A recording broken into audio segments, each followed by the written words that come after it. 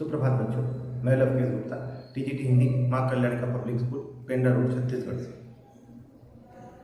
शास्त्रों में ऐसा कहा गया है कि जल में डूब मरना श्रेष्ठ है, आग में जल मरना भी श्रेष्ठ है, लेकिन दूसरे के शासन में रहना श्रेष्ठ नहीं। मतलब कि दूसरे की गुलामी करना श्रेष्ठ नहीं है। तो कभी कभी हम लोग की लाइफ में ऐसा हो जाता है कि हम लोग मजबूरी बस हमें दूसरे के मन का काम करना पड़ता है। हम अपनी हम लोग यहाँ है तो भारत में स्वतंत्र ही, लेकिन स्वतंत्र भारत में हम लोग बावजूद इसके कभी कभी ऐसी परिस्थिति बनती है कि हमें मजबूरी में दूसरे के मन का काम करना पड़ता है। और जब ऐसा होता है तो हमें अपने मन को मारना पड़ता है, फिर हमें बहुत ख़राब लगता है। जैसे हमें कोई नचा रहा हो और हम नाच रहे हैं बिल्कुल उसी के मन पर, जैसे कठपुतली नाचती है। तो इसी तरह का एक पाठ है बच्चों, ठीक है, जो कक्षा 7 की वसंत में लगा हुआ है, ठीक है। इसका नाम है कठपुतली।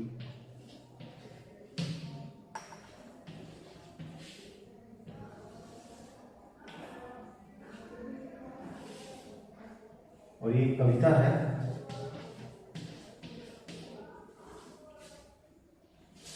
और इसको लिखा है भवानी प्रसाद मिश्र जी।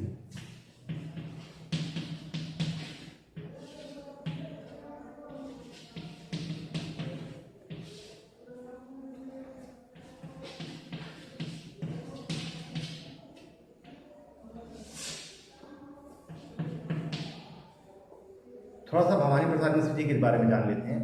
भवानी प्रसाद मिश्र जी जो हैं एक बहुत ही बड़े कवि। इनका जन्म 29 मार्च 1913 को होशंगाबाद मध्य प्रदेश में हुआ और इनकी प्रारंभिक शिक्षा जो है वो सुहागपुर, होशंगाबाद, नरसिंह और फिर जबलपुर में हुई।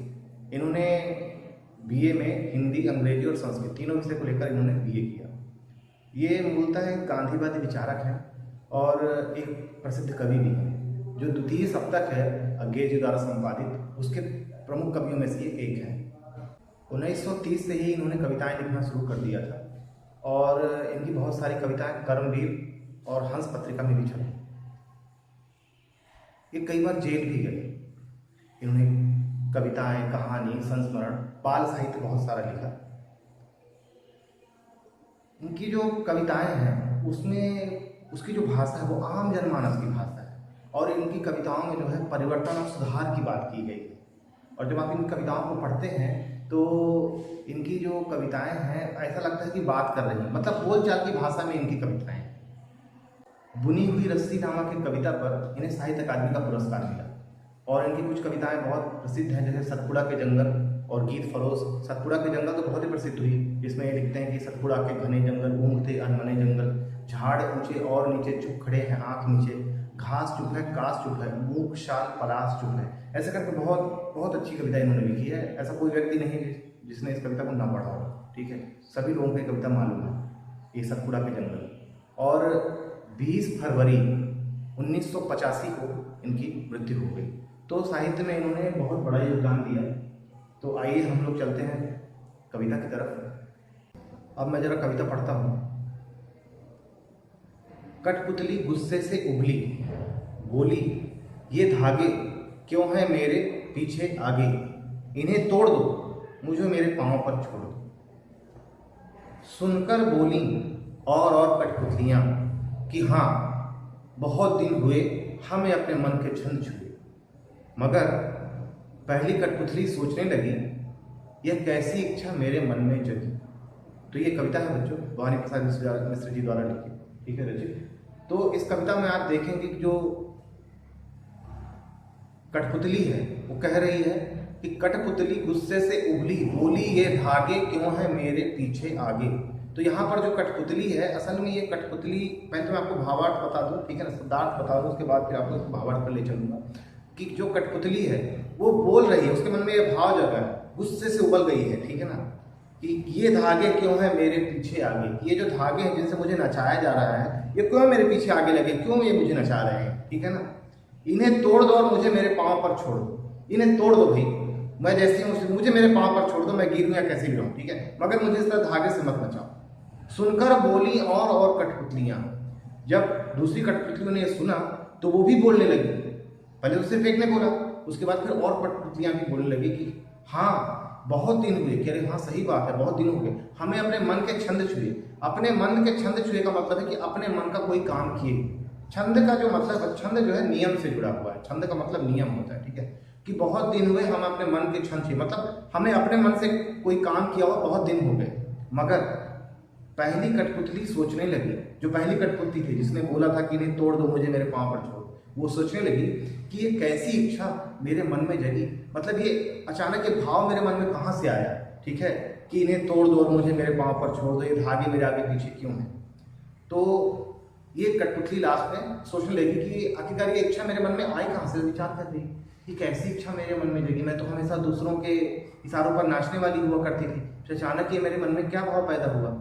तो इस कविता का संबंध समझिए बच्चों, इस कविता का संबंध स्वतंत्रता से, स्वतंत्रता से भी है क्या, स्वतंत्रता से ही है इस कविता का संबंध, क्योंकि उस जमाने में लोग अपनी बात सीधे नहीं कह सकते थे, ठीक है। उस जमाने में क्या होता था कि जो रचनाकार होते थे, जो लेखक होते थे, जो लोगों को जागृत करने का काम करते थे, वो अपनी बात सीधे नहीं कह सकते थे। अगर वो सीधे कहते थे तो उन्हें जेल भेज दिया जाता था। आप जानते हैं भगवान प्रसाद मिश्र को बहुत बार जेल जाना पड़ा इन्हें, ठीक है, कई बार इन्होंने जेल जाना पड़ा और अपने लाइफ में बहुत स्ट्रगल करना पड़ा।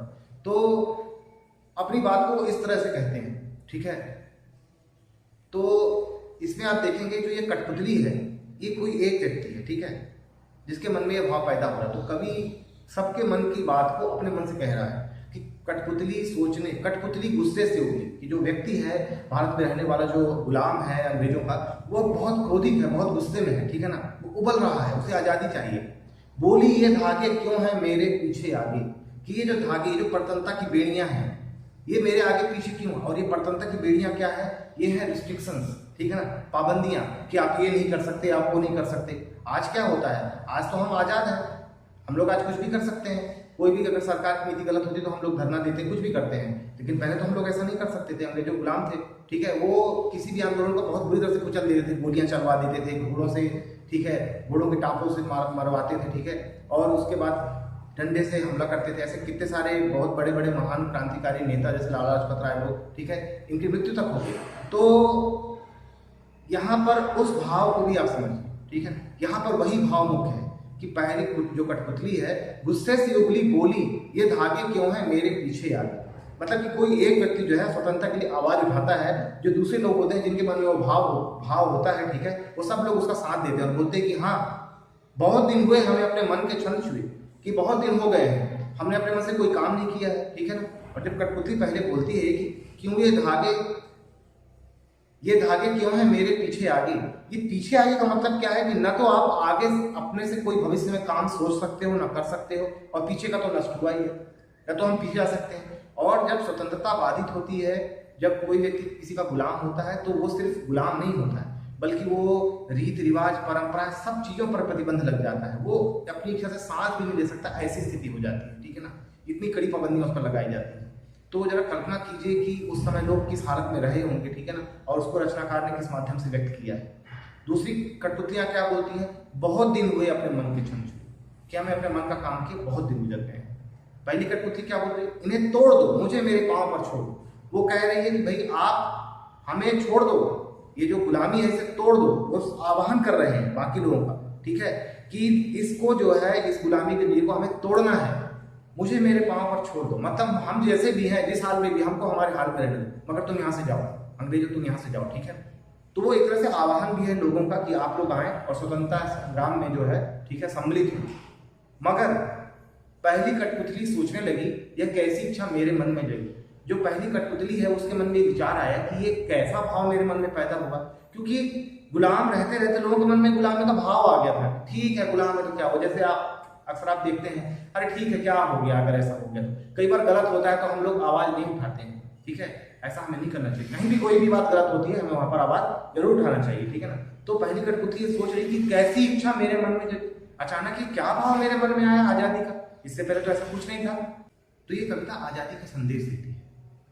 आप लोग इस कविता को पढ़ें, याद करें, दोहराएं और इसमें इसके जो प्रश्नोत्तर है, ठीक है, इसके जो प्रश्न दिए हुए हैं उसको समझने का प्रयास करें कविता के माध्यम से और उसके उत्तर भी खोजें, ठीक है। धन्यवाद।